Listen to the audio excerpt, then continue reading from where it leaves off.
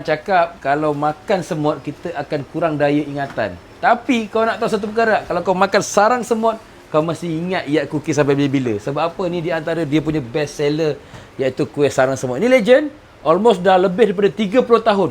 Maksudnya daripada permulaan buka sampailah sekarang ni. Ni, kuih legend dia. Sarang semut ni, tempat berprosesan dia. Tengok, semua pakai homemade. Cetak, hirisnya semua homemade. Oh, ini tengah buat ni. Dah ready nak masuk oven ni, yang belah sini tengok. Dah ready nak masuk oven. Oh, nampak dah ready masuk oven. Ini yang dah ready masuk oven, tapi belum masuk lagi. Maksudnya tengah rest dulu lah.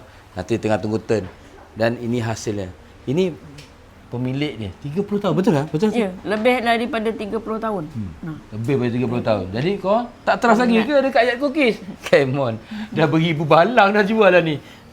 Pergi tengok dekat page Yak Cookies tu. Macam-macam ada tengok ni. Oh. Cantik, warna cantik. Okey. Pergi tengok terus dekat page Yak Cookies bawah tu. Harum.